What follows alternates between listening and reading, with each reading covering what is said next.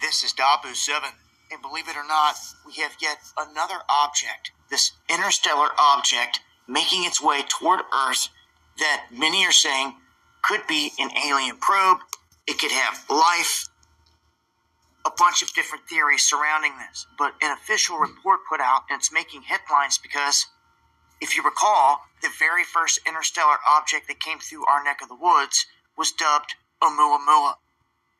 That means scout, which is something that you send out in front of the larger army to scout things out before they arrive. This is now the third object, and Oumuamua was long, it was metallic in nature, and it lifted up out of here, picked up speed, and took off out of here when it passed Earth. They don't deny none of this. It's all out there in the open. Now this new object making its way in, dubbed Atlas, they're saying it could potentially be a comet, but seeing where it came from in its trajectory, it's very peculiar. And they're saying that it is not following the line of any other comet, so to speak, if it was going to be a comet, that it starts to fall in line with dropping into the area out of an unknown place. They don't know if it will be hostile. They don't know if it'll be peaceful. None of these things, but it's obvious they've been setting the stage for a grand show. Blue beam, alien invasion, the whole works. Something big is in the offing. And with stories like this continuing to drop, it seems like it's inching closer and closer. Now, I've tracked objects like Comet Elenin, Ison, all those throughout all these years. All kinds of different comets, the Kachinas, people say, potentially in the sky. I've never seen one look like this in the imaging, where it has all of these different colors like this. Never. All we've ever seen is it look like this down here on the bottom right on the black and white images, and when it gets close enough, the comets, so to speak, you could make out the tail off the comets, and you can see these from your own backyard with the telescope once they get close enough. This object is going to come right down near Earth to make, I guess, an observance, but when it makes its closest approach, it will be hiding behind the sun. We will not be able to see it. It will strategically and literally be parked behind the sun when it's at its closest approach. So, very odd with all the characteristics here. They're expecting this to show up here later this year. It's moving at an enormous amount of speed, more than 130 miles per hour. This is moving faster than any other object that they've clocked coming in this way. At this point, they're saying, dubbed 3I/Atlas. This is the new, as they call it, interstellar entity that is heading this way. Join me for the live streams. All right, I'm going to give all praises and glory to Yahweh, Ba'ashem Yahushua, Ba'ashem Wakakotash, double honors to the elders and apostles of Great Millstone, and peace and blessings to the elect.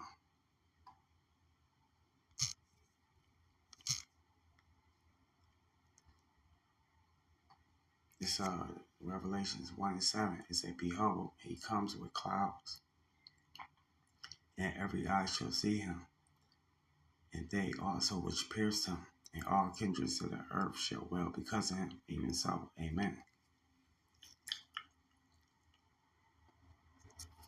I am the Alpha and Omega, the beginning and the end, saith Yahweh Ba'ashem Yahushua, which is, and which was, and which is to come, the Almighty.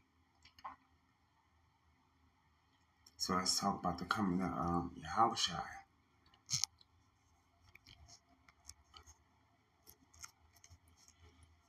And everybody gonna see Yahushua when he come. He gonna pull up in a humongous chariot.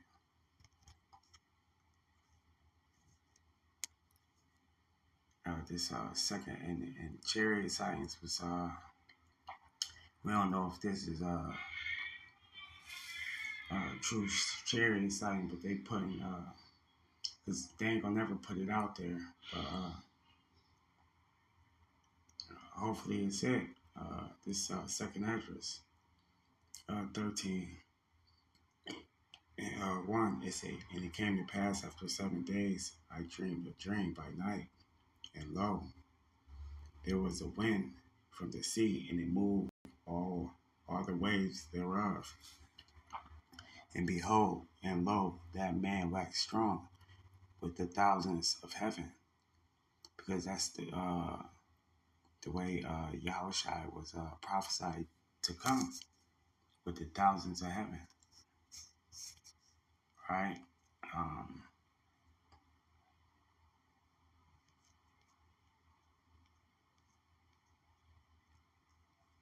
Because he not coming by himself. He coming with the thousands of heaven.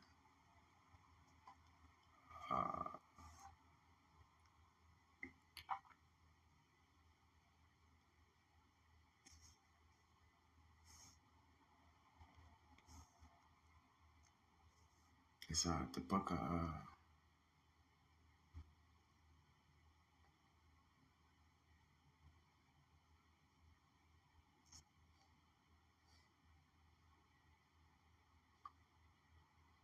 it's the book of 2 Kings chapter 6 verse 14. Therefore he sent hither horses and chariots and a great host, and they came by night and compassed the city about. And when the servant of the man of God was risen early and gone forth, behold, an host compassed the city, both with horses and chariots. And his servant said unto him, At last, my father, how shall we do? You know? And he answered, Fear not, for they that be with us are more that be with them. And we always got to remember that. You know what I'm saying?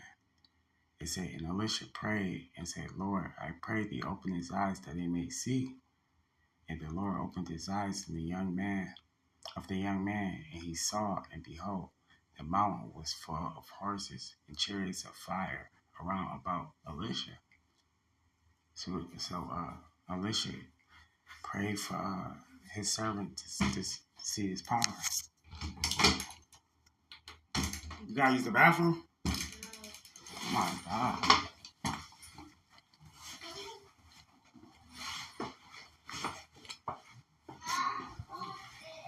God.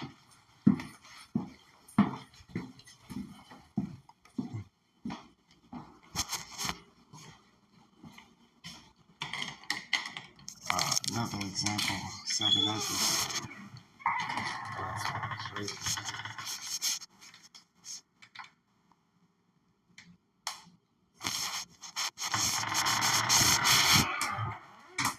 Second Ezra 13:3. And behold, lo, that man waxed strong with the thousands of heaven. Oh, that's what I wanted to get.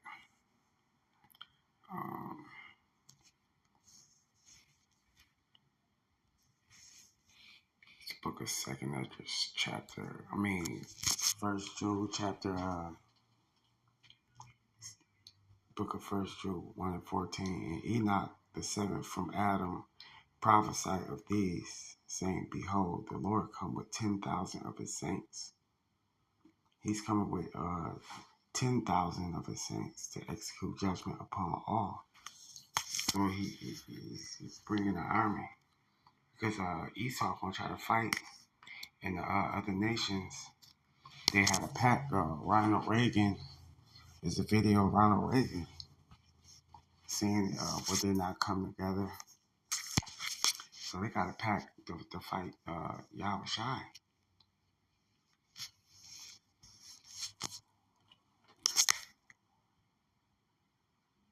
And when he turned his countenance to look, all things trembled that were seen under him. He had condemning the nations. And when the voice went out of his mouth, all they burned that heard his voice, like as the earth faileth when it feels the fire. And after this I beheld, and lo, there was gathered together a multitude of men out of number, out of the four winds of heaven, subdue the man that came out of the sea.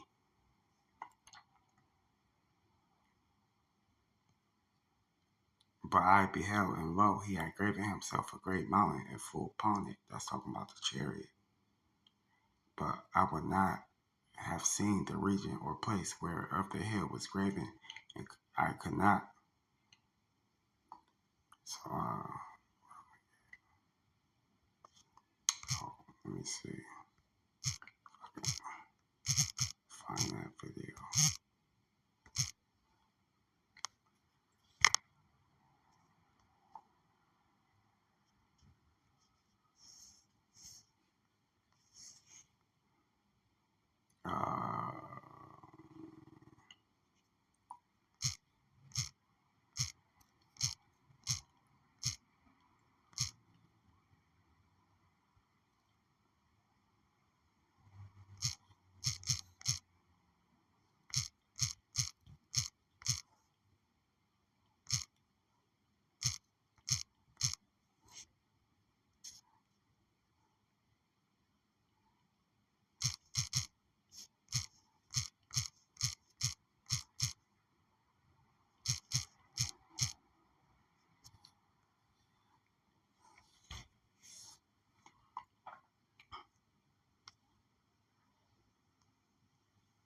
In our obsession with antagonisms of the moment, we often forget how much unites all the members of humanity. Perhaps we need some outside universal threat to make us recognize this common bond. I occasionally think how quickly our differences worldwide would vanish if we were facing an alien threat from outside this world. And yet, I ask you, is not an alien force already among us? What could be more alien to the universal aspirations of our peoples than war and the threat of war?